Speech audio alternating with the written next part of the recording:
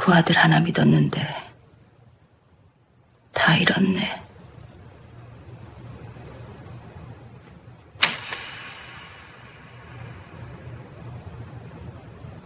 다 내 잘못이다. 눈 감고 귀 닫고 너만 믿었던 내 잘못이야. 이제 그만하자. 이 지긋지긋한 기대. 그녀의 하루는 늘 아들의 얼굴을 보며 시작되었습니다. 동쪽 창문으로 희미한 새벽빛이 스며들면 그녀는 잠결에도 익숙하게 손을 뻗어 머리맡 협탁 위를 더듬었습니다. 손가락 끝에 닿는 차갑고 매끄러운 액자의 감촉. 그것이 그녀의 하루를 여는 첫 번째 신호였습니다.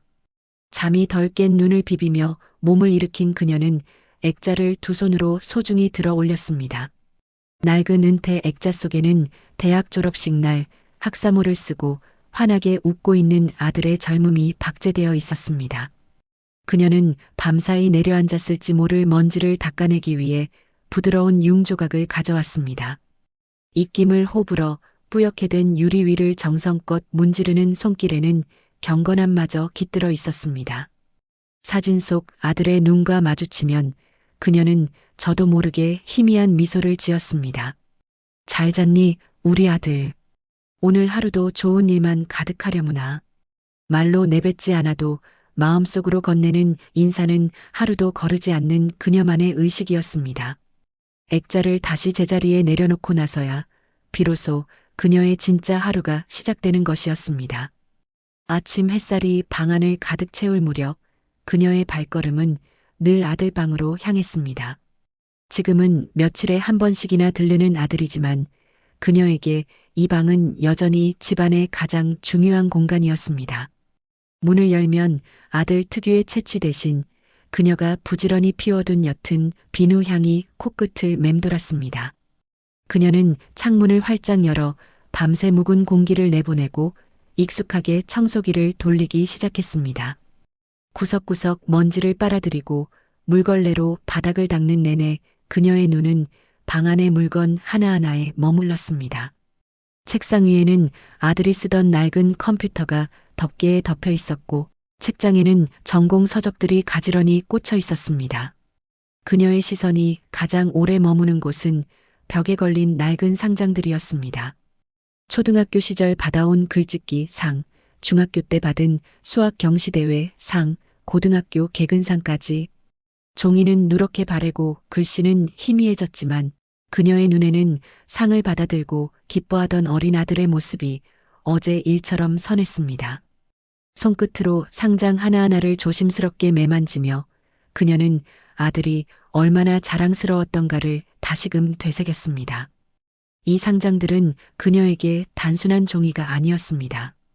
그것은 아들의 빛나는 과거이자 의심할 여지 없이 펼쳐질 영광스러운 미래의 예고편과도 같았습니다. 오후가 되어 잠시 장을 보러 나선 길 골목 어귀에서 이웃집 박씨 할머니를 만났습니다.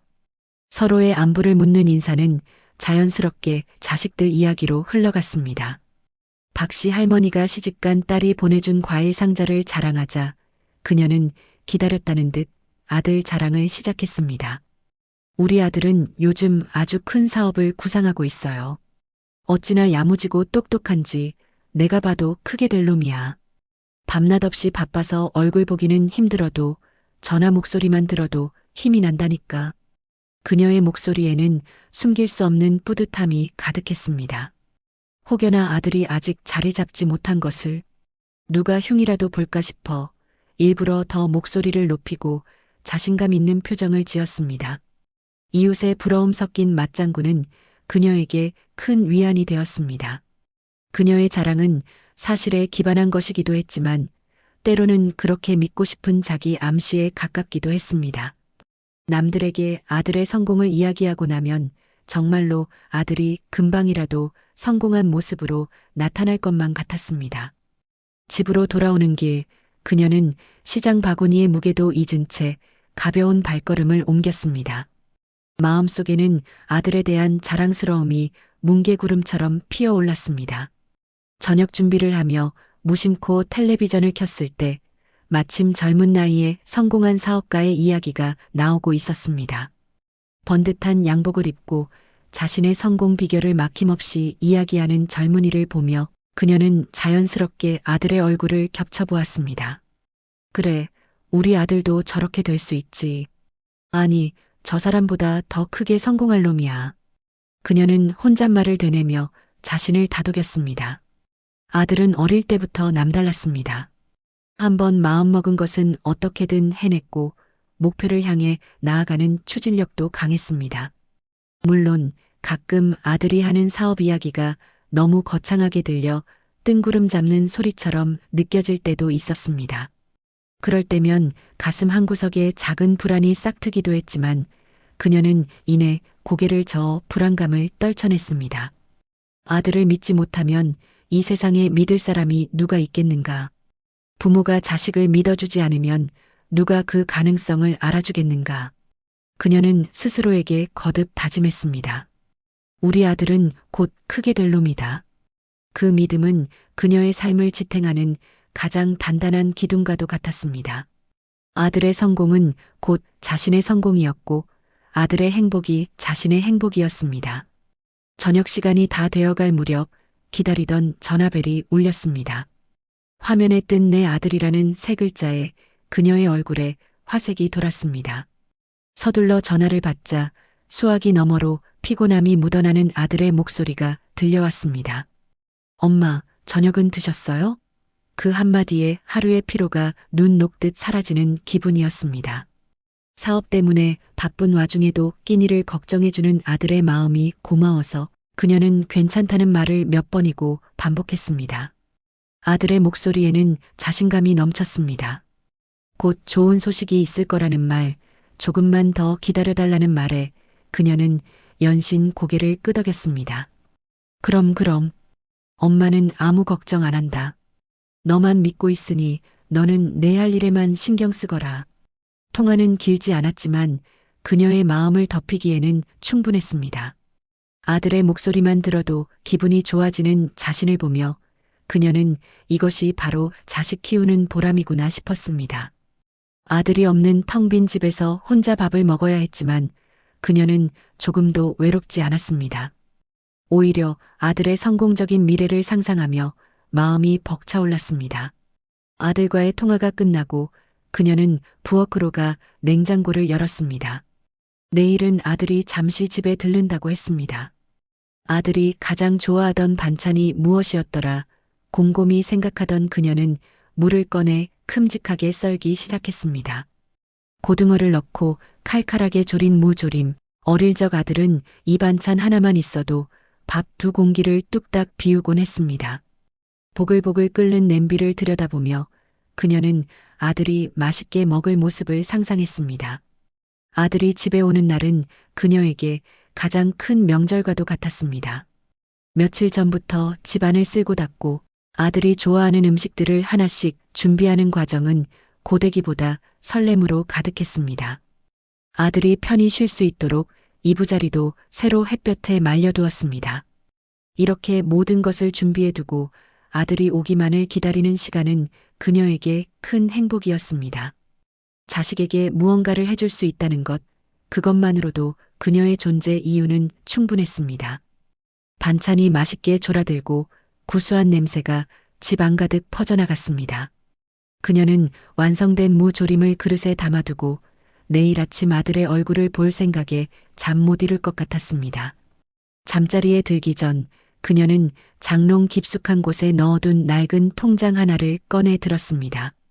남편이 세상을 떠난 후 식당 일을 하고 틈틈이 꾸준히 일을 하며 한 푼, 두 푼 모아온 돈이었습니다.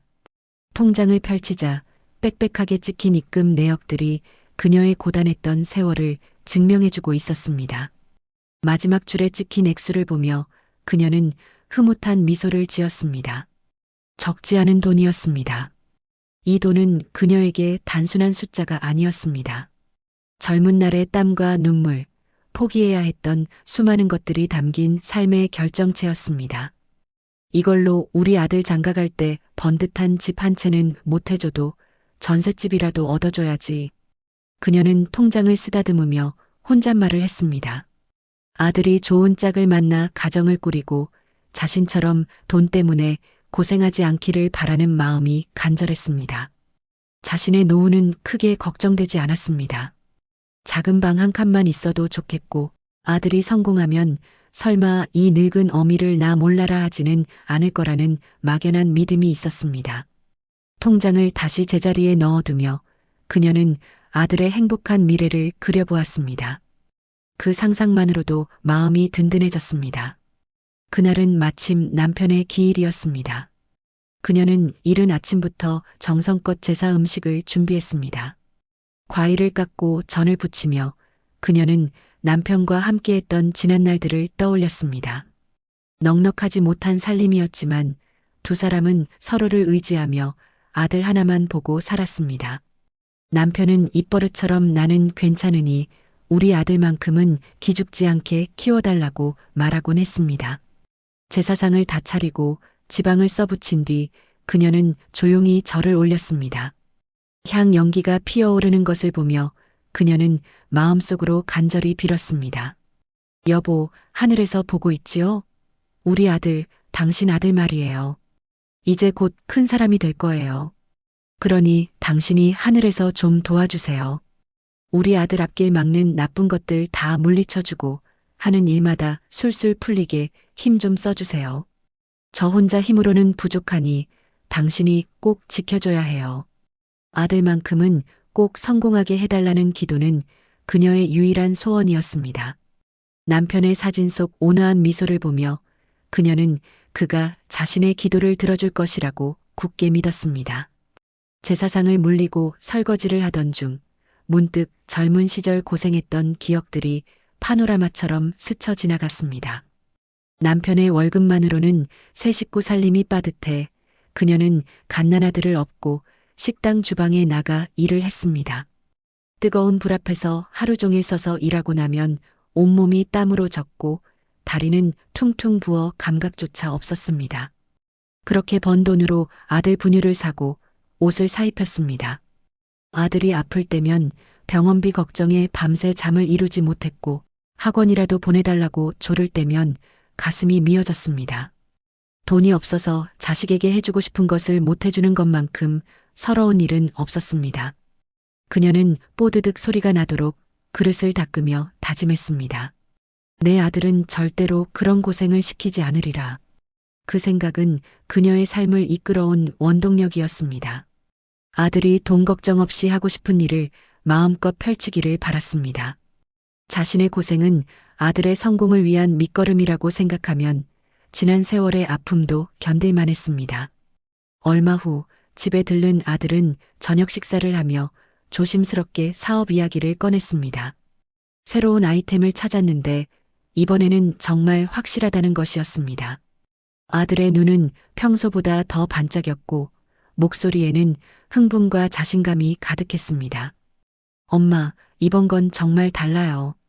시장 조사도 다 끝냈고 전문가들도 다들 성공 가능성이 높다고 해요. 이것만 성공하면 우리도 이제 고생 끝이에요. 아들이 열변을 토하는 동안 그녀는 대견함과 불안감을 동시에 느꼈습니다. 저렇게 야무지게 자기 앞가림을 하는 아들이 한없이 대견하면서도 사업이라는 단어가 주는 막연한 불안감은 어쩔 수 없었습니다.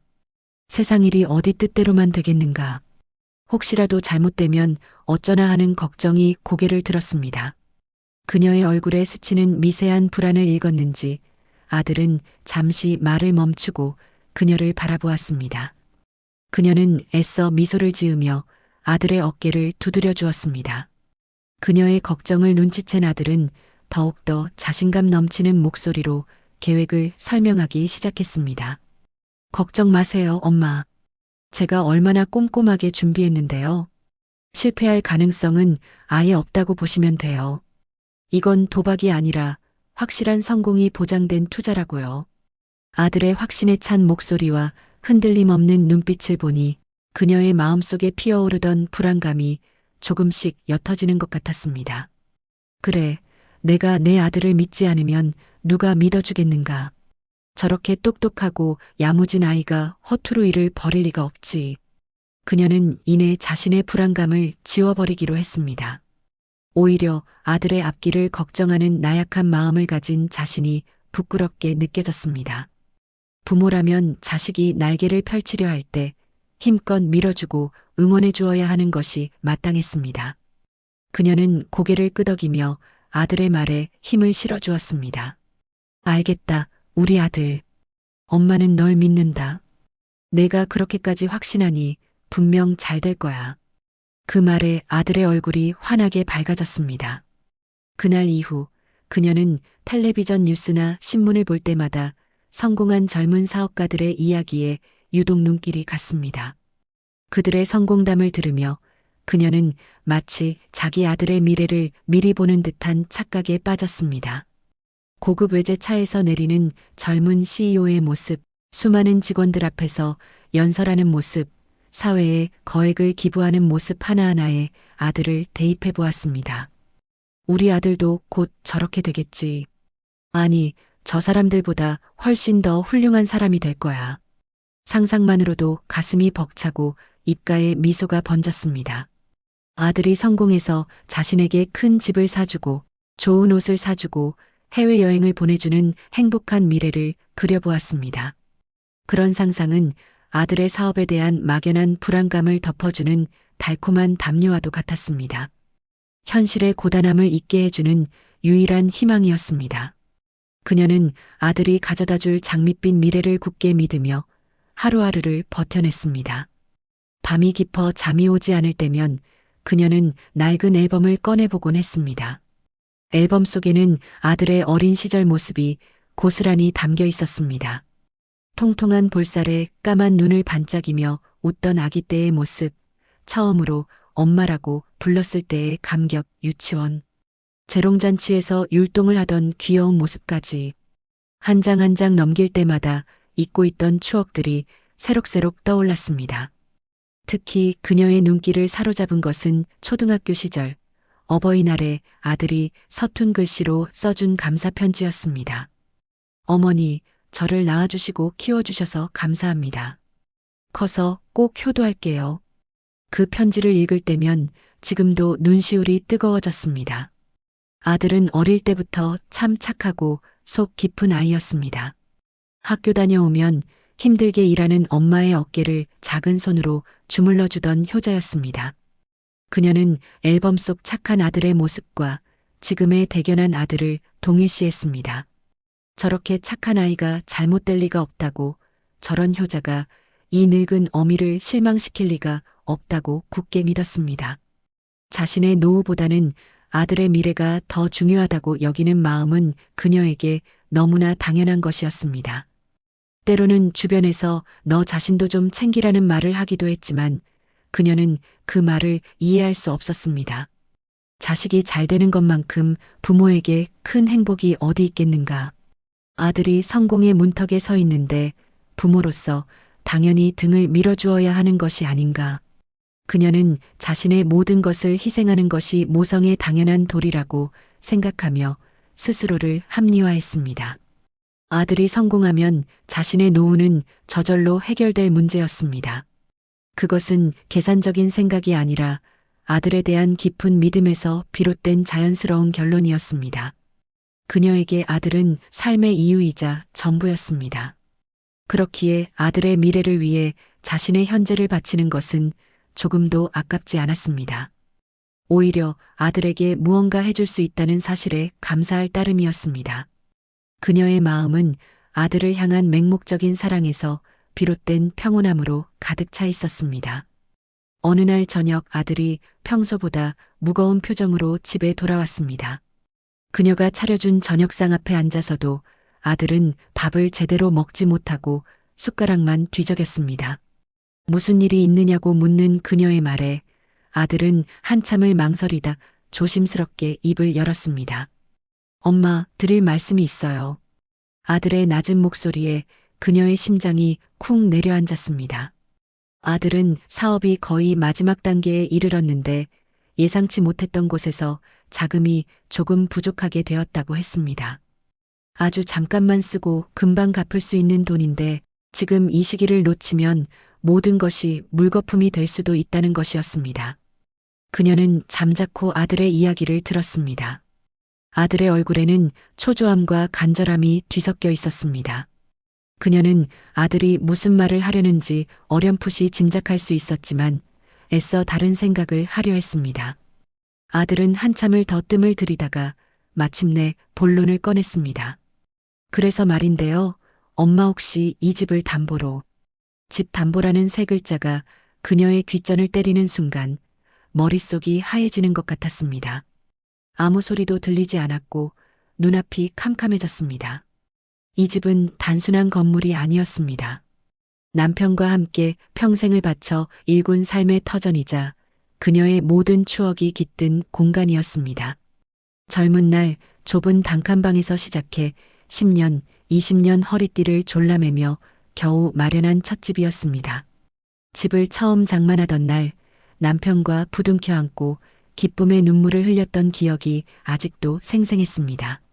집의 벽돌 하나, 기둥 하나에도 그녀의 땀과 눈물이 배어 있었습니다. 그 집의 무게가 거대한 바위처럼 그녀의 어깨를 짓누르는 것을 느꼈습니다. 그녀는 아들에게 안 된다고, 이건 절대 안 된다고 말하고 싶었습니다. 목구멍까지 차오른 그 말을 내뱉으려 했지만 차마 입이 떨어지지 않았습니다. 그녀의 입술은 무겁게 닫힌 채 미세하게 떨리기만 했습니다. 고개를 들자 아들의 간절한 눈빛이 보였습니다. 금방이라도 눈물을 쏟을 것 같은 아들의 얼굴을 보는 순간 그녀의 마음이 사정없이 흔들렸습니다. 저 아이가 얼마나 절박하면, 얼마나 모든 것을 걸었으면 이 어미에게 이런 부탁까지 하겠는가. 아들의 저런 표정은 난생 처음 보는 것이었습니다. 아들은 세상에서 가장 불쌍한 얼굴로 그녀를 바라보고 있었습니다.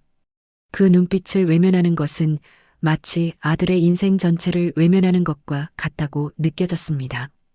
그녀는 차마 아들의 눈을 마주보지 못하고 고개를 떨구었습니다. 잠시나마 망설였던 자신에게 끔찍한 죄책감이 밀려들었습니다. 어떻게 아들의 인생이 걸린 문제 앞에서 집 한 채를 두고 망설일 수 있단 말인가. 그녀는 스스로가 이기적인 늙은이처럼 느껴졌습니다. 아들이 성공하면 집이야 더 좋은 것으로 얼마든지 살 수 있는 것이 아니던가. 이 낡은 집이 뭐라고 아들의 창창한 미래를 가로막을 뻔했단 말인가. 그녀가 아무 말도 못하고 있자 아들이 나지막이 말했습니다. 엄마, 저 정말 엄마밖에 없어요. 그 한마디에 그녀의 마음은 완전히 무너져 내렸습니다. 세상에 의지할 곳이라고는 자신뿐이라는 아들의 말이 비수처럼 가슴에 꽂혔습니다. 그래, 내가 아니면 누가 이 아이를 도와주겠는가. 아비 없는 자식으로 자라게 한 것도 미안한데 마지막 희망마저 내가 꺾을 수는 없었다. 그녀는 결국 마음을 정했습니다. 결심을 굳히자 남편과 함께 이 집을 마련했던 고생스러운 과거가 주마등처럼 스쳐 지나갔습니다.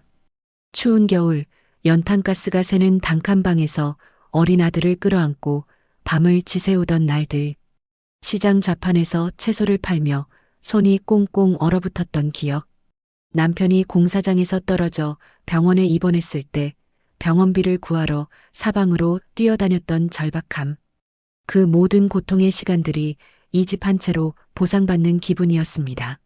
남편은 세상을 떠나기 전 이 집만큼은 꼭 지켜서 아들에게 물려주라고 유언처럼 말했었습니다.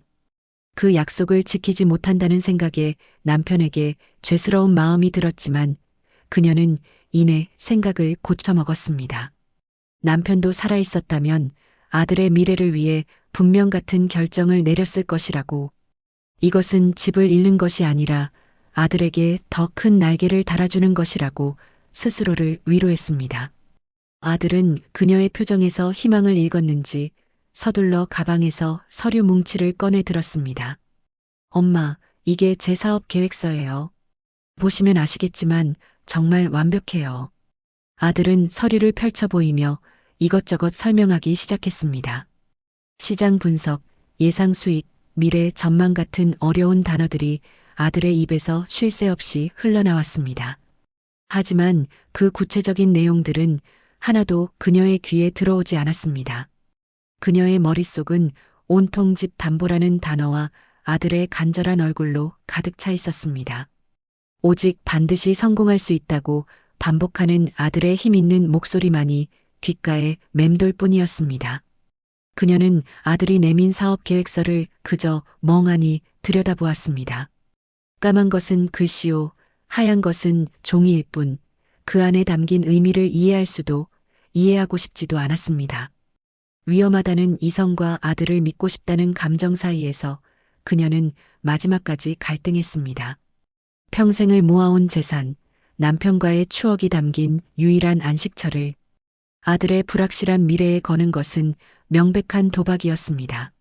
머리는 계속해서 위험 신호를 보냈습니다. 하지만 심장은 아들을 믿으라고 내 아들이 아니냐고 외치고 있었습니다. 아들의 얼굴을 볼 때마다 이성은 힘을 잃고 감정이 그 자리를 차지했습니다. 결국 그녀는 이성의 목소리를 애써 외면하기로 했습니다. 위험을 감수하지 않고 얻을 수 있는 것은 아무것도 없다고, 성공을 위해서는 투자가 필요한 법이라고 되뇌었습니다. 이것은 아들을 위한 가장 큰 투자이며 가장 확실한 성공을 가져다 줄 것이라고 믿고 싶었습니다. 오랜 침묵 끝에 그녀는 마침내 입을 열었습니다. 그래서 얼마나 필요하다고 했지? 그 말을 내뱉는 자기 자신이 낯설게 느껴졌습니다. 그녀의 질문에 아들의 얼굴에 순간적으로 화색이 도는 것을 그녀는 똑똑히 보았습니다. 마치 사형 선고를 기다리던 죄수가 특사를 받은 듯한 표정이었습니다. 그 환한 얼굴을 보니 한편으로는 안도감이 들면서도 다른 한편으로는 더 깊은 불안이 엄습했습니다. 이것이 정말 옳은 선택일까? 내가 지금 돌이킬 수 없는 실수를 저지르고 있는 것은 아닐까? 꼬리에 꼬리를 무는 의심을 그녀는 억지로 눌러 담았습니다. 이미 엎질러진 물이라고 한 번 뱉은 말을 주워 담을 수는 없다고 생각했습니다. 아들의 기뻐하는 얼굴을 보고 나니 이제 와서 안 된다고 말할 용기가 나지 않았습니다. 그녀는 잘못된 선택일지도 모른다는 불안감을 마음 가장 깊은 곳에 묻어버리고 애써 태연한 표정을 지었습니다. 아들의 성공을 믿는 것 외에 그녀에게 남은 선택지는 없었습니다. 그날 밤 그녀는 뜬 눈으로 밤을 새웠습니다. 아들이 돌아간 후 거실에는 무거운 침묵만이 내려앉았습니다. 자리에 누워 눈을 감아보았지만 온갖 생각들이 머릿속을 헤집어 잠을 이룰 수가 없었습니다. 천장에 매달린 낡은 등이 남편의 얼굴처럼 보이기도 했고 바람에 창문이 덜컹거리는 소리가 마치 집이 무너져 내리는 소리처럼 들리기도 했습니다. 옆으로 누워도 바로 누워도 불편하기는 마찬가지였습니다. 결국 그녀는 자리에서 일어나 거실로 나왔습니다. 늦은 밤 거실에 홀로 앉아 그녀는 장롱 속 깊이 넣어두었던 집문서와 통장을 꺼내왔습니다. 희미한 달빛 아래 누렇게 변색된 집문서와 손때 묻은 통장을 번갈아 보며 그녀는 깊은 고뇌에 빠졌습니다. 이 종이 한 장에 자신의 인생이 모두 담겨 있는 것 같았습니다. 남편과의 행복했던 추억, 악착같이 돈을 모으던 과거, 그리고 자신만 믿는다던 아들의 얼굴이 차례로 떠올랐다 사라졌습니다. 동이 트는 창밖을 물끄러미 바라보며 그녀는 마침내 마음을 굳혔습니다. 밤새 그녀를 괴롭혔던 불안과 갈등은 새벽의 푸른빛과 함께 희미해지는 듯 했습니다. 어차피 내린 결정이라면 더 이상 의심하고 불안해하는 것은 아들에게도 자신에게도 아무런 도움이 되지 않는다고 생각했습니다. 이왕 아들을 위해 모든 것을 내어주기로 한 것, 기쁜 마음으로 흔쾌히 해주어야 한다고 다짐했습니다. 이 결정이 아들의 인생을 바꿀 중대한 전환점이 될 것이라고 믿기로 했습니다. 아들이 성공의 정상에 올랐을 때 오늘의 이 결정을 가장 잘한 일로 추억하게 될 것이라고 스스로를 설득했습니다. 그녀는 굳게 닫혀있던 창문을 활짝 열었습니다. 차갑지만 신선한 새벽 공기가 방 안으로 밀려 들어오며 그녀의 복잡했던 머릿속을 식혀주는 것 같았습니다. 이제 이것은 위험한 도박이 아니었습니다. 그녀는 자신의 결정을 아들의 미래를 위한 가장 가치 있는 투자라고 정의하기로 했습니다. 위험하다고 생각하면 한없이 불안해지지만 투자라고 생각하면 희망과 기대를 품을 수 있었습니다. 그녀는 투자라는 단어를 입안에서 몇 번이고 되뇌었습니다. 그래, 이것은 투자다. 내 아들의 가능성에 대한 가장 확실한 투자. 그녀는 이 생각에 매달렸습니다. 그렇게 생각하지 않으면 눈앞의 현실을 감당할 자신이 없었습니다. 마치 주문을 외우듯 그녀는 스스로를 세뇌하기 시작했습니다. 아들은 반드시 성공할 것이고 오늘의 이 희생은 더 큰 행복으로 돌아올 것이라고. 그녀의 마음속에서 불안은 점차 희망으로, 두려움은 기대로 그 모습을 바꾸어 가고 있었습니다. 아침 식사를 준비하는 그녀의 손길은 평소보다 훨씬 분주하고 경쾌했습니다. 일부러 콧노래까지 흥얼거리며 밤새 한숨도 자지 못했다는 사실을 감추려 했습니다. 아들이 아침을 먹으러 집에 오면 자신의 굳건한 믿음을 보여주고 싶었습니다. 어미가 흔들리는 모습을 보이면 큰일을 앞둔 아들도 불안해할 것이기 때문이었습니다. 그녀는 평소보다 더 많은 반찬을 만들고 정성껏 상을 차렸습니다. 곧이어 아들이 집에 도착했고 그녀는 아무 일도 없었다는 듯 밝은 미소로 아들을 맞았습니다. 아들의 얼굴을 마주보고 앉아 그녀는 굳은 결심을 담아 말했습니다. 아들아, 엄마는 너를 믿는다. 그러니 너는 아무 걱정 말고 하던 일에만 집중하거라. 그 말은 아들에게 하는 말이기도 했지만 동시에 자기 자신에게 하는 다짐이기도 했습니다. 은행에 가기로 약속한 시간이 다가오자 그녀는 왠지 모를 초조함에 집안을 서성했습니다. 약속 시간까지는 아직 여유가 있었지만 가만히 앉아 있을 수가 없었습니다. 그녀는 걸레를 들고 집안 구석구석을 쓸고 닦기 시작했습니다. 이미 깨끗하게 청소한 곳이었지만 그녀의 눈에는 먼지가 보이는 것 같았습니다. 남편의 사진이 담긴 액자를 닦고 손때 묻은 가구들을 하나하나 정성껏 쓸었습니다. 그녀의 행동은 마치 오랫동안 집을 비우기 전 집과 잠시 작별 인사를 나누는 의식처럼 보였습니다. 이 집의 모든 물건에는 그녀의 시간이, 그녀의 역사가 깃들어 있었습니다. 그 모든 것들과 잠시 안녕을 고하는 기분에 그녀는 저도 모르게 눈시울이 뜨거워졌습니다. 하지만 그녀는 서둘러 눈물을 훔치고 다시 청소에 집중했습니다.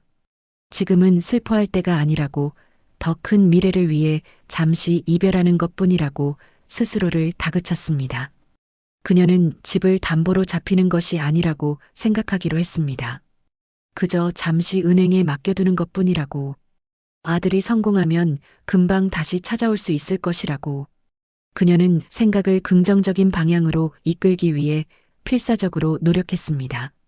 담보나 대출 같은 부정적인 단어들을 머릿속에서 지워버리고 대신 투자와 성공, 미래 같은 희망적인 단어들로 그 자리를 채웠습니다. 그녀는 아들이 성공해서 더 큰 집으로 자신을 모실 것이라는 구체적인 상상을 하기 시작했습니다. 넓은 거실과 햇볕이 잘 드는 정원이 있는 집, 그곳에서 손주들의 재롱을 보며 행복하게 웃는 자신의 모습을 그려보았습니다.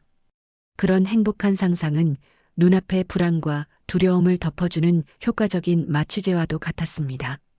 이 모든 결정을 그녀는 혼자서 내렸습니다. 주변의 형제나 친한 이웃에게 이 사실을 털어놓을까 잠시 고민했지만 이내 그만두었습니다. 분명 모두가 반대할 것이 뻔했습니다. 위험한 일이라며 말리고 아들을 나무랄 것이 틀림없었습니다. 그런 말을 듣게 되면 지금 겨우 다잡은 마음이 다시 흔들릴 것만 같았습니다. 아들의 앞길에 걸림돌이 될 만한 이야기는 듣고 싶지 않았습니다. 그녀는 이 모든 것을 혼자 감당하기로 했습니다. 그 결정은 그녀에게 무거운 책임감과 함께 비장함마저 느끼게 했습니다. 마치 전쟁터에 나가는 아들을 위해 모든 것을 바치는 어머니의 심정이 이럴까 싶었습니다. 혼자 모든 것을 결정했다는 사실이 그녀를 외롭게 만들기도 했지만 동시에 아들을 지키는 유일한 보호자가 된 것 같은 묘한 사명감을 느끼기도 했습니다. 아들이 은행에 갈 시간이 되었다며 그녀를 재촉했습니다. 그녀는 안방으로 들어가 장롱 깊숙한 곳에서 인감도장을 꺼내왔습니다. 작고 묵직한 도장이 손안에서 유난히 차갑게 느껴졌습니다. 그것을 아들에게 건네주는 순간 그녀는 자신의 손이 미세하게 떨리고 있다는 것을 깨달았습니다. 그 떨림을 아들에게 들키고 싶지 않아 그녀는 얼른 다른 손으로 손을 감싸 쥐었습니다. 자, 여기 있다. 이걸로 다 잘 해결되겠지. 그녀는 애써 아무렇지 않은 척 말했지만 목소리마저 가늘게 떨려 나왔습니다. 아들은 아무것도 눈치채지 못한 듯 인감도장을 받아들고 고맙다고 말했습니다. 그 순간 그녀는 마음속으로 간절히 기도했습니다. 제발 제 모든 결정이 옳았기를. 이 도장 하나가 우리 아들의 인생을 활짝 열어주는 열쇠가 되기를. 은행으로 향하는 차 안에서 모자는 한동안 말이 없었습니다. 아들은 운전대를 잡은 채 앞만 보고 있었고 그녀는 창밖으로 빠르게 스쳐 지나가는 풍경들을 멍하니 바라보았습니다. 평소와 다를 것 없는 거리의 모습이었지만 오늘따라 모든 것이 낯설고 비현실적으로 느껴졌습니다. 차 안을 채운 침묵이 어색하게 느껴질 때쯤 아들이 먼저 입을 열었습니다. 엄마, 정말 고마워요. 이 은혜 평생 잊지 않을게요. 그녀는 괜찮다는 말 대신 아들의 어깨를 가만히 다독여 주었습니다. 은행 주차장에 차가 멈추자 그녀는 심호흡을 한번 하고 차에서 내렸습니다. 마치 거대한 시험장으로 들어가는 수험생처럼 심장이 세차게 뛰고 다리가 후들거렸습니다. 은행 안은 생각보다 분주했습니다. 번호표를 뽑고 기다리는 동안 그녀는 주위를 둘러볼 여유도 없이 딱딱한 의자에 굳은 채 앉아 있었습니다. 곧 번호가 불리고 아들과 함께 상담 창구로 향했습니다. 은행 직원은 예의 바르고 친절했지만 그의 입에서 나오는 기계적인 설명들은 그녀에게 외계어처럼 낯설게만 들렸습니다. 담보 설정, 이자율, 상환 조건 같은 단어들이 머릿속을 맴돌았지만 그 의미는 제대로 와닿지 않았습니다. 그녀는 그저 직원이 내미는 서류들을 멍하니 바라볼 뿐이었습니다. 아들은 옆에서 직원의 설명에 고개를 끄덕이며 몇 가지 질문을 하기도 했지만 그녀는 아무것도 묻고 싶지 않았습니다. 빨리 이 모든 절차가 끝나기만을 바랄 뿐이었습니다. 직원은 수많은 서류들을 그녀 앞으로 밀어놓았습니다.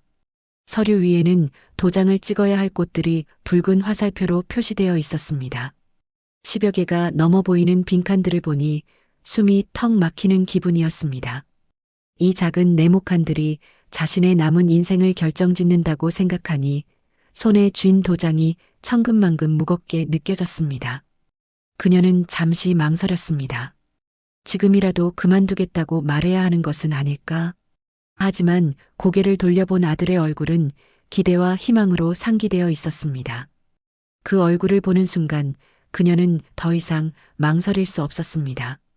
그녀는 눈을 질끈 감고 첫 번째 칸에 자신의 이름 석자가 적힌 곳 옆에 도장을 힘껏 찍었습니다. 쿵 하는 소리와 함께 심장이 바닥으로 내려앉는 기분이었습니다. 도장을 찍는 행위는 생각보다 금방 끝났습니다. 그녀가 기계적으로 도장을 찍는 동안 통장의 잔고가 빠져나가고 대출 서류가 완성되는 모든 과정이 눈앞에서 펼쳐졌습니다. 그녀는 마치 유체이탈이라도 한 것처럼 그 모든 광경을 멍하니 지켜보았습니다. 이것이 현실이라는 감각이 점차 무뎌졌습니다. 통장에 찍혀있던 숫자들이 순식간에 사라지고 그 자리를 대출금이라는 새로운 숫자가 채웠습니다. 이제 정말 내 것이 아니구나 하는 실감이 뒤늦게 파도처럼 밀려왔습니다. 평생을 바쳐 모으고 지켜온 것들이 이렇게 간단한 서류 몇 장과 도장 몇 번으로 순식간에 남의 것이 되어버릴 수 있다는 사실이 허무하게 느껴졌습니다. 모든 절차가 끝나고 은행을 나서는 순간 그녀는 기묘한 해방감을 느꼈습니다. 큰일을 치르고 난 뒤의 허탈함과 비슷하면서도 다른 감정이었습니다. 더 이상 고민하고 갈등할 것도 지켜야 할 것도 남지 않았다는 생각에서 오는 것인지도 몰랐습니다. 모든 것을 내어주고 나니 오히려 마음이 가벼워진 듯한 착각마저 들었습니다. 은행 문을 나서자 아들이 고맙다며 그녀의 손을 꽉 잡았습니다. 아들의 손은 따뜻하고 힘이 넘쳤습니다. 그 손의 온기에서 그녀는 아들의 성공을 다시 한번 확신했습니다. 이 손으로 아들은 자신의 미래를 그리고 가족의 미래를 멋지게 일구어낼 것이라고 그녀는 아들을 향해 희미하게 미소 지었습니다. 집으로 돌아오는 차 안에서 그녀는 아들에게 말했습니다. 아들아, 이제 너는 훨훨 날기만 하면 된다. 엄마가 내 발목을 잡는 일은 없을 게다. 마음껏 내 꿈을 펼쳐보거라. 그녀의 목소리에는 이제 어떤 불안이나 망설임도 남아있지 않았습니다. 모든 것을 아들에게 걸기로 한 이상 믿고 응원해주는 것만이 자신의 역할이라고 생각했습니다. 텅 빈 통장을 손에 쥐고 있었지만 이상하게도 마음은 오히려 꽉 찬 것 같았습니다. 아들의 미래에 대한 희망과 기대로 가득 채워졌기 때문이었습니다. 아들이 성공한 미래를 마치 눈앞에서 직접 본 것처럼 마음이 한껏 부풀어 올랐습니다. 그녀는 자신의 선택이 옳았다고, 이것이 가장 현명한 결정이었다고 스스로를 격려했습니다. 집으로 돌아온 그녀는 말없이 자신의 방으로 들어갔습니다. 그리고 손에 들고 있던 텅 빈 통장을 장롱 가장 깊숙한 곳에 넣어두었습니다. 마치 무서운 비밀이라도 숨기는 사람처럼 보지 않으면 현실이 아닐 것이라고, 눈에 보이지 않으면 없는 일이라고 생각하고 싶었습니다. 통장을 넣어둔 장롱 문을 닫으며 그녀는 자신의 과거와 함께 모든 불안을 그 안에 가둬버렸다고 생각했습니다. 이제부터는 오직 아들의 성공을 기다리며 희망찬 미래를 꿈꾸는 일만 남았습니다. 그녀는 거실로 나와 아무 일도 없었다는 듯 텔레비전을 켰습니다. 화면 속에서는 시끄러운 예능 프로그램이 나오고 있었지만 그녀의 귀에는 아무 소리도 들리지 않았습니다. 처음 몇 주는 모든 것이 순조로워 보였습니다. 아들은 사업이 잘 진행되고 있다며 하루가 멀다 하고 전화를 걸어왔습니다. 오늘은 중요한 계약을 성사시켰다는 둥, 내일은 새로운 투자자를 만난다는 둥, 희망적인 소식들을 들려주었습니다. 그때마다 그녀는 자기 일처럼 기뻐하며 아들을 격려했습니다. 매일 아들의 목소리를 듣는 것만으로도 행복했고 아들의 성공이 정말 코앞에 다가온 것 같았습니다. 그녀는 이웃들을 만날 때마다 아들 자랑을 늘어놓았고 주변의 부러움을 사는 것이 큰 낙이었습니다. 이 모든 것이 자신의 희생 덕분이라는 생각에 그녀는 스스로가 대견하게 느껴지기까지 했습니다. 하지만 어느 순간부터 아들의 전화가 뜸해지기 시작했습니다. 처음에는 하루에 한 번 오던 전화가 이틀에 한 번으로, 사흘에 한 번으로 점점 간격이 벌어졌습니다. 그녀가 먼저 전화를 걸어도 회의 중이라거나 운전 중이라며 받지 못하는 횟수가 늘어났습니다.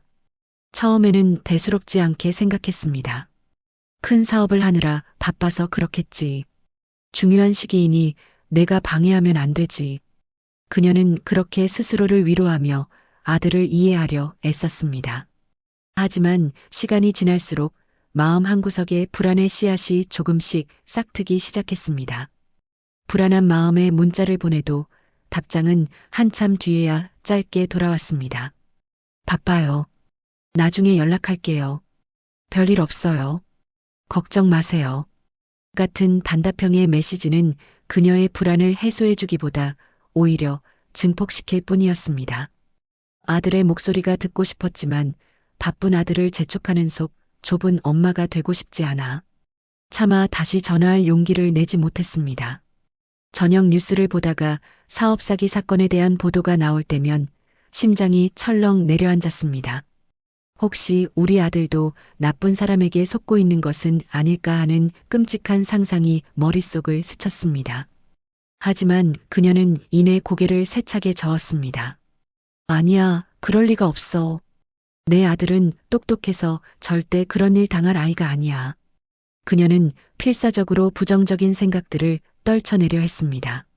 잠 못 이루는 밤이 다시 늘어났습니다. 새벽녘에 이유 없이 눈이 떠져 창밖이 밝아올 때까지 뜬 눈으로 밤을 지새우는 날이 많아졌습니다. 그럴 때마다 아들에게 전화하고 싶은 충동이 강하게 일었지만 그녀는 수십 번씩 그 마음을 억눌렀습니다. 지금 전화하면 아들의 잠을 깨우는 것이 아닐까? 중요한 일을 앞두고 있는데 내가 방해하는 것은 아닐까? 그녀는 아들에게 부담을 주기 싫다는 그럴듯한 이유를 만들어내며 자신의 불안을 애써 합리화했습니다. 하지만 밤이 깊어질수록 불안은 눈덩이처럼 불어나 그녀의 마음을 온통 뒤덮었습니다.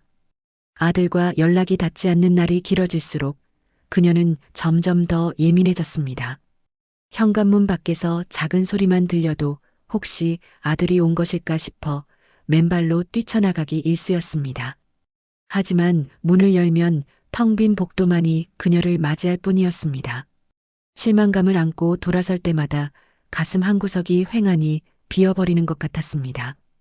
이웃이 무심코 아들의 안부를 물어올 때면 그녀는 가슴이 뜨끔했지만 애써 태연한 척 대답했습니다. 그럼 아주 잘 되고 말고. 너무 바빠서 집에 올 시간도 없다네. 거짓말을 하고 돌아서는 자신의 모습이 처량하게 느껴졌지만 아들의 체면을 지켜주기 위해서는 어쩔 수 없는 일이었습니다. 혼자 밥을 먹는 시간은 고역이었습니다. 텅 빈 아들의 자리를 오래도록 바라보다가 밥맛을 잃고 수저를 내려놓는 일이 잦아졌습니다. 예전에는 아들의 성공을 상상하며 즐겁게 식사했지만 이제는 온갖 불길한 생각들이 음식 맛을 앗아갔습니다. 밥알 하나하나가 모래알처럼 껄끄럽게 느껴졌습니다. 그녀는 무심코 달력을 넘겨보다가 아들과 마지막으로 통화한 날짜에 동그라미가 쳐져 있는 것을 발견했습니다. 어느새 일주일이라는 시간이 훌쩍 지나 있었습니다. 아들과 연락이 안 된 날들을 손가락으로 세어보던 그녀는 자신이 너무나 초라하게 느껴져 황급히 그만두었습니다. 뭐 하는 짓인가 싶었습니다. 아들을 믿기로 했으면서 이렇게 속 좁게 날짜나 세고 있는 자신이 한심했습니다. 그러던 어느 날 우편함을 확인하던 그녀는 낯선 은행 봉투 하나를 발견했습니다. 보내는 사람의 주소는 그녀가 아들과 함께 갔던 바로 그 은행이었습니다. 불길한 예감에 심장이 빠르게 뛰기 시작했습니다. 손을 떨며 봉투를 뜯자 안에서는 차가운 인쇄체로 적힌 종이 한 장이 나왔습니다. 대출이자 미납 안내. 그 문구를 보는 순간 그녀는 숨을 쉴 수가 없었습니다. 눈앞이 아찔해지고 다리에 힘이 풀려 그 자리에 주저앉을 뻔했습니다. 온몸의 피가 차갑게 식는 것 같았습니다. 그녀는 애써 침착하려 노력했습니다. 무슨 착오가 있었을 것이라고, 은행에서 실수를 한 것일 거라고 스스로에게 말했습니다. 아들이 어떤 아이인데 설마 이자 내는 날짜를 잊었을 리가 없었다. 그녀는 떨리는 손으로 핸드폰을 들어 아들에게 전화를 걸었습니다. 하지만 신호음만 하염없이 이어질 뿐 아들은 끝내 전화를 받지 않았습니다. 통화 연결음이 끊어지는 순간 그녀의 마지막 희망도 함께 끊어지는 듯한 절망감이 밀려왔습니다. 그래도 그녀는 포기하지 않았습니다. 그래, 큰일을 하는 사람은 원래 정신이 없는 법이야. 바빠서 잠시 잊었을 거야. 곧 연락이 와서 아무 일 아니라고 말해줄 거야. 그녀는 필사적으로 상황을 긍정적으로 해석하려 애썼습니다. 그녀는 은행에서 온 독촉장을 아무도 보지 못하게 자신의 방 가장 깊숙한 곳에 숨겼습니다. 마치 이 종이 한 장만 없애면 이 끔찍한 현실도 함께 사라질 것처럼 행동했습니다. 독촉장을 숨기고 나니 잠시 마음이 놓이는 것 같기도 했습니다. 하지만 그것은 아주 잠시뿐이었습니다.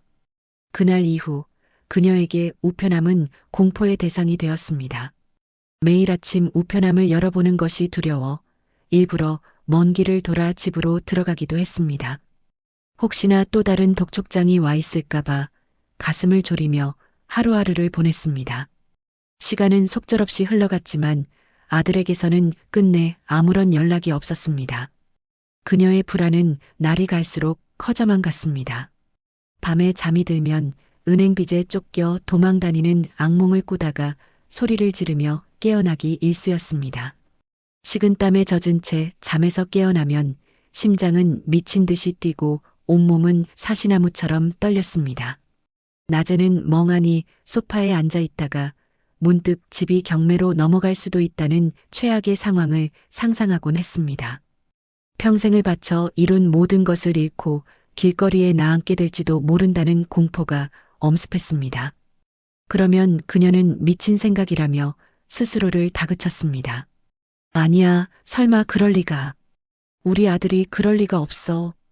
그녀는 불안을 잠재우기 위해 아들의 어릴 적 사진을 꺼내 들여다보았습니다. 사진 속에서 해맑게 웃고 있는 아들을 보며 이렇게 착한 애가 설마 어미를 배신할 리가 없지. 라고 되뇌었습니다.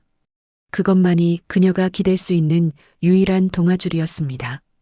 어느 날 오후 집에서 홀로 텔레비전을 보고 있는데 모르는 번호로 전화가 걸려왔습니다. 왠지 불길한 예감에 전화를 받을까 말까 망설이다가 그녀는 조심스럽게 통화 버튼을 눌렀습니다.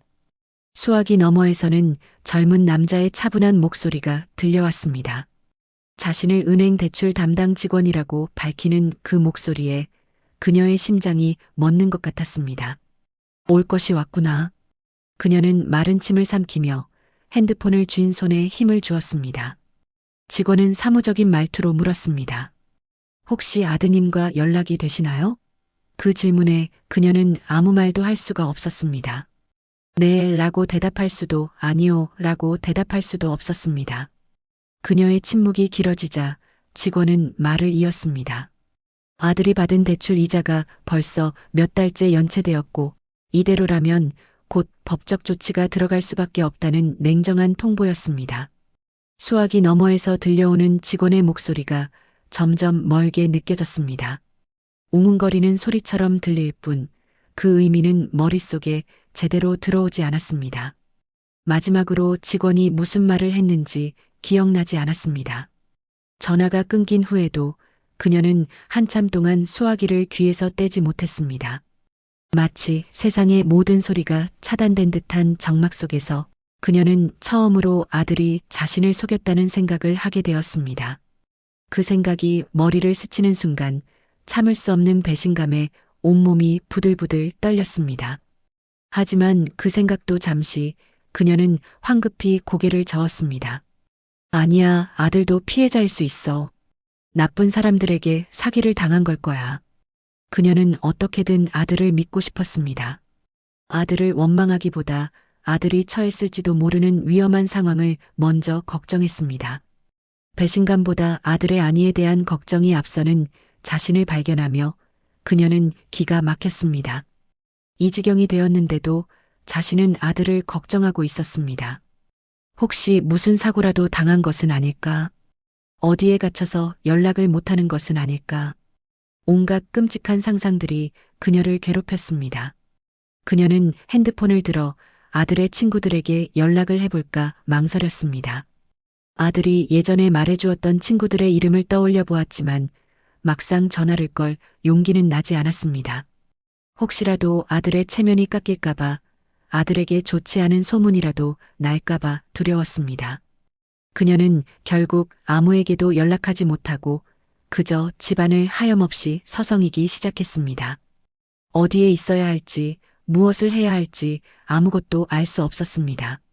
거대한 미로 속에 홀로 갇힌 기분이었습니다. 더 이상 이렇게 앉아서 기다리고만 있을 수는 없었습니다.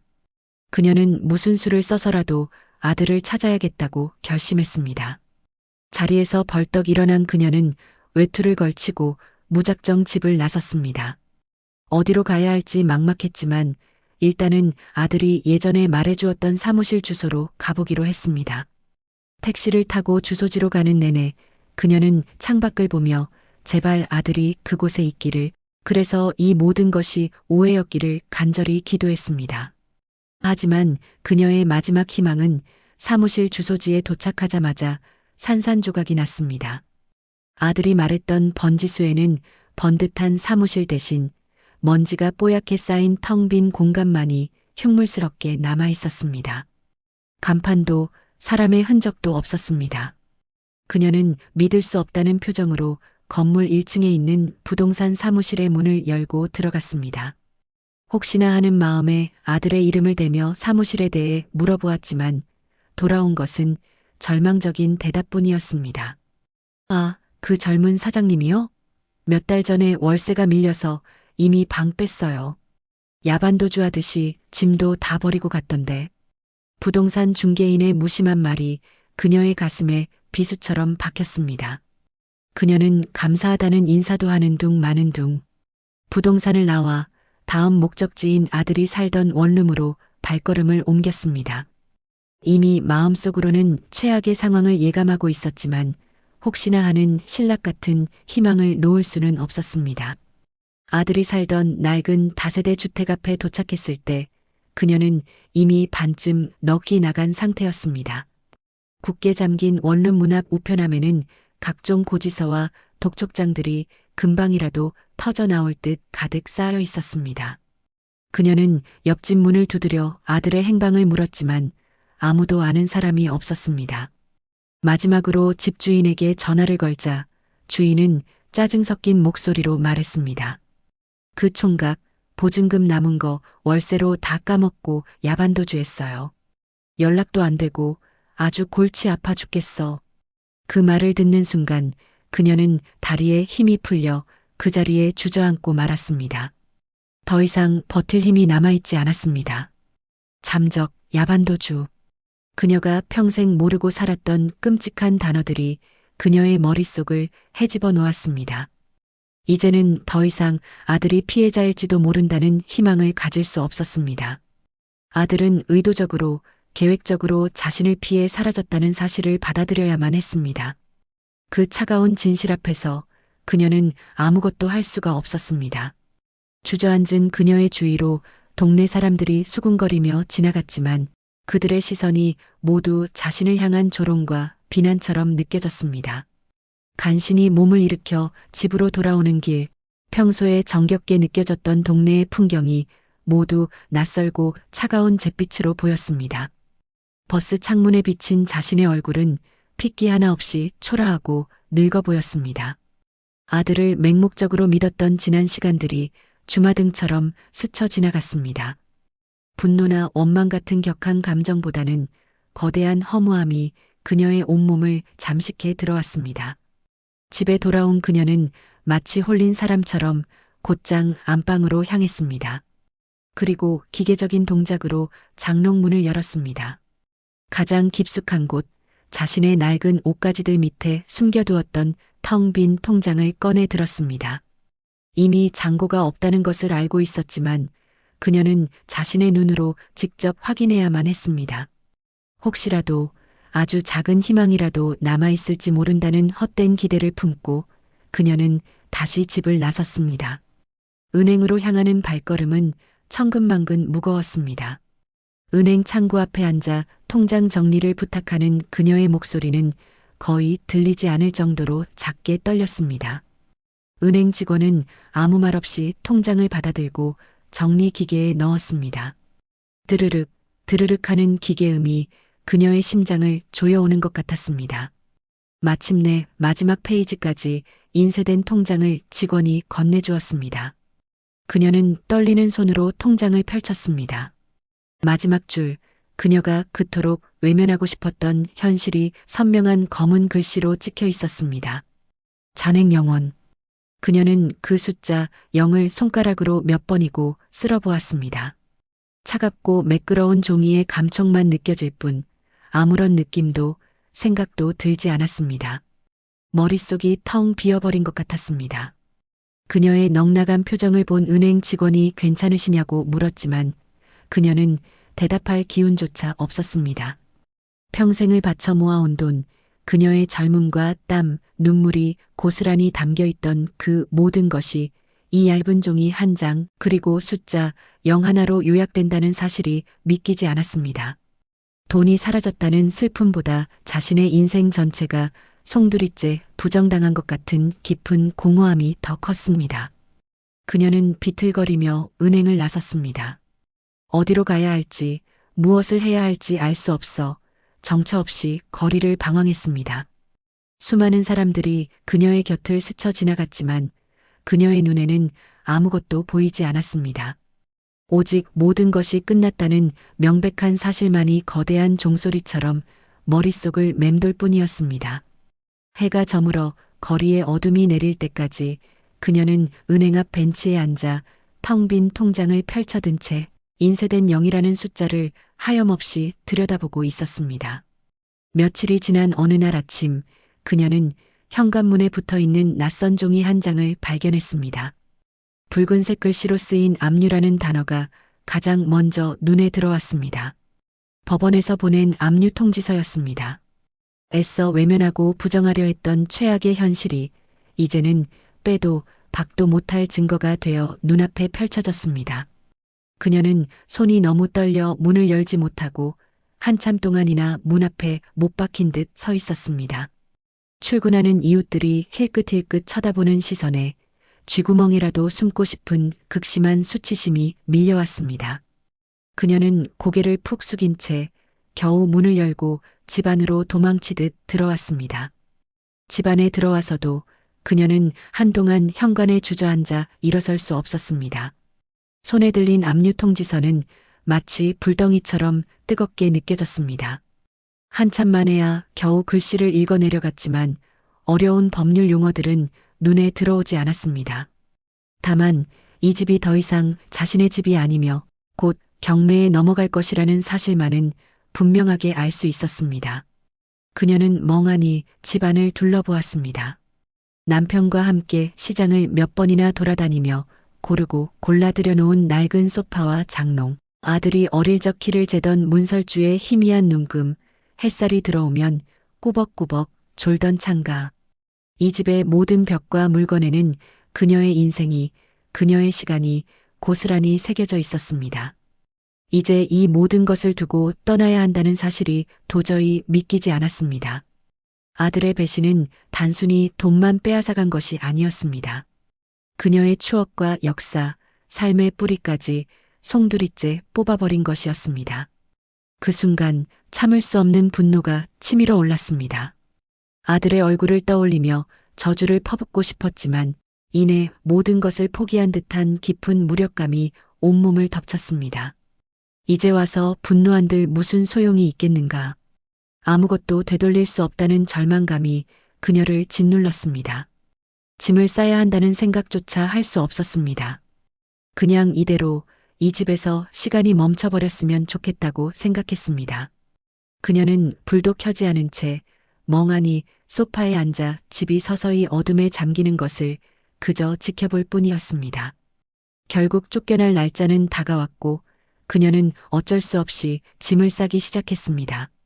이삿짐 센터에서 가져온 커다란 상자들이 거실에 휑하게 놓여 있었습니다. 상자 하나를 채울 때마다 마치 자신의 인생 한 부분이 뚝 떨어져 나가는 것 같았습니다.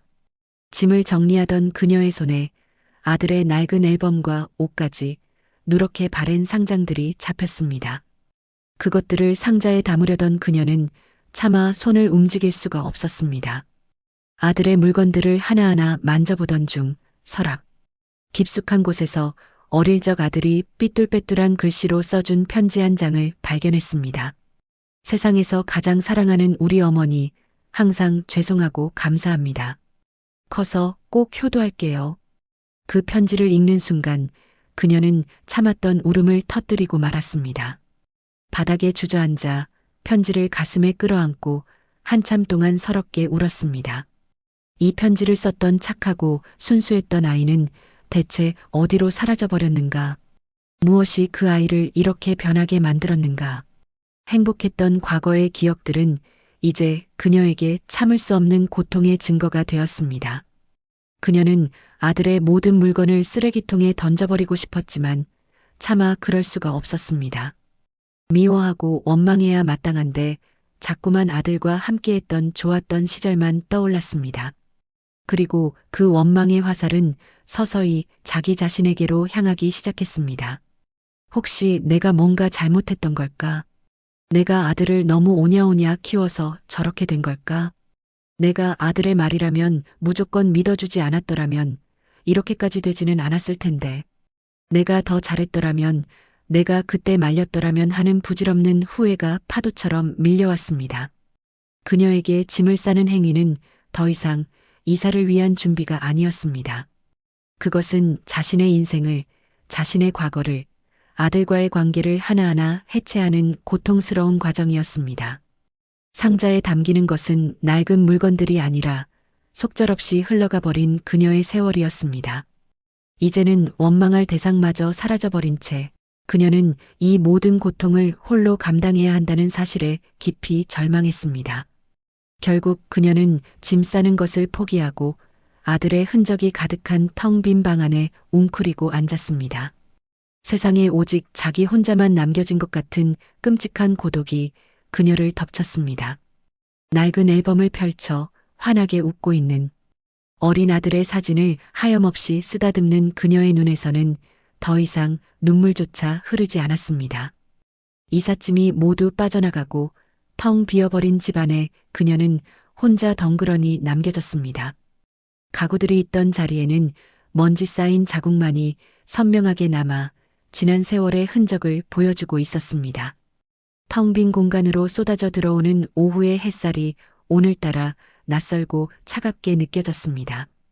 그녀는 벽에 희미하게 남은 액자 자국을 가만히 응시했습니다. 바로 저 자리에 아들의 졸업사진이 걸려 있었다. 그 사진을 보며 얼마나 행복해했던가. 그 행복이 얼마나 허망하고 부질없는 것이었는지 그녀는 이제야 깨달았습니다.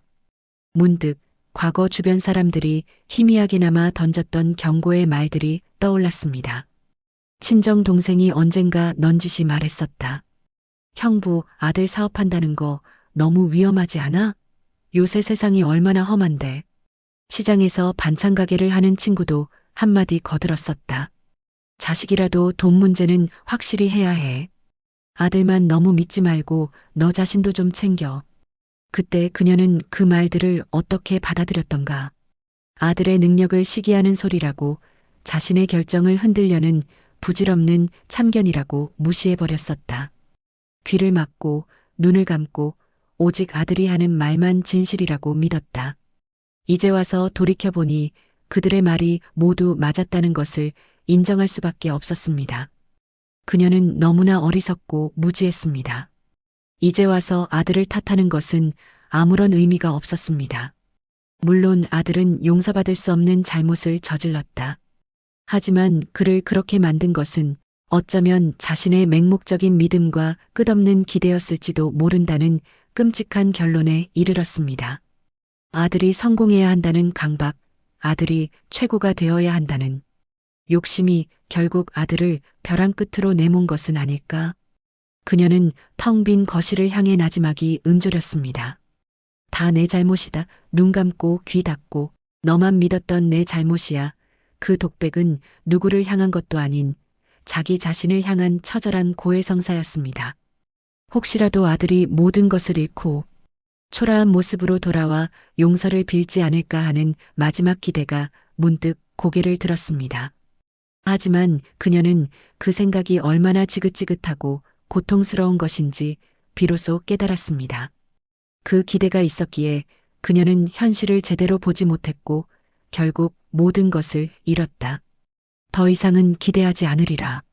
아들이 돌아오기를, 성공하기를, 효도하기를 바랐던 그 모든 기대를 이제는 버려야만 했다. 그녀는 다시 한번 허공에 선언하듯 말했습니다. 그래, 이제 그만하자. 이 지긋지긋한 기대. 그 말을 내뱉는 순간 거짓말처럼 마음이 차분해졌습니다. 모든 감정이 소진되어 버린 듯 더 이상 눈물조차 흐르지 않았습니다. 텅 빈 거실 중앙에 선 채 그녀는 오랫동안 침묵 속에 서 있었습니다. 마침내 정든 집을 떠나야 하는 마지막 날이 밝았습니다. 이삿짐 센터 사람들이 들어와 그녀의 얼마 남지 않은 단출한 짐들을 실어 나르기 시작했습니다. 쿵쿵거리는 발소리와 물건 옮기는 소리가 텅 빈 집안에 소란스럽게 울려 퍼졌습니다. 그녀는 그 모든 과정을 그저 멍하니 지켜볼 뿐이었습니다. 마지막 짐이 실려나가고 텅 빈 집안에 다시 정막이 찾아왔습니다. 그녀는 방마다 문을 열고 들어가 마지막으로 집안 구석구석을 눈에 담았습니다. 음식을 만들던 부엌 싱크대, 낡은 소파가 놓여있던 거실, 볕이 잘 들던 작은 방, 창가까지 모든 공간에 스며든 지난 시간의 기억들과 그녀는 조용히 작별을 고했습니다. 현관문을 열고 밖으로 나서는 그녀의 발걸음은 무거웠습니다. 뒤돌아보지 않으려 했지만 결국 마지막으로 자신이 살던 집을 돌아보고야 말았습니다. 평생을 바쳐 지켜온 그녀의 집이 이제는 완전히 타인의 것이 되었습니다. 대문 앞에서 기다리고 있던 부동산 중개인에게 그녀는 주머니 속에 있던 열쇠를 꺼내 건네주었습니다. 열쇠를 건네는 순간 마치 자신의 인생 전체의 무게가 손에서 빠져나가는 듯한 기분이 들었습니다. 이제 그녀에게는 돌아갈 집이 없었습니다. 내 집이라고 부를 곳이 세상 어디에도 남지 않았습니다. 어디로 가야 할지, 앞으로 무엇을 하며 살아야 할지 아무런 계획도 희망도 없었습니다. 그녀가 갈 곳은 시내 변두리에 얻어놓은 보증금 100만 원짜리 작은 단칸 방뿐이었습니다. 그곳으로 향하는 발걸음이 천근만근 무겁게 느껴졌습니다. 버스 창밖으로 지나가는 풍경들을 보며 그녀는 지나온 자신의 생 전체가 송두리째 부정당한 것 같은 깊은 절망감에 휩싸였습니다. 이제 그녀에게 남은 것은 아무것도 없었습니다. 집도, 돈도, 심지어 아들에 대한 믿음과 기대마저도 완전한 무의 상태, 그것이 그녀의 현재였습니다. 이제는 남의 집이 되어버린 현관문 앞에 그녀는 잠시 더 서 있었습니다. 부동산 중개인이 열쇠로 문을 잠그는 소리가 유난히 크게 들렸습니다. 철컥하는 소리와 함께 문은 굳게 닫혔습니다. 그 순간 그녀는 자신의 행복했던 과거, 아들과 함께 웃던 모든 시간이 저 문 안쪽에 영원히 갇혀버리는 듯한 감정을 느꼈습니다. 더 이상 미련을 두지 않으리라 다짐하며 그녀는 천천히, 아주 천천히 발걸음을 옮겼습니다. 그녀의 등 뒤로 석양이 길게 그림자를 드리우고 있었습니다.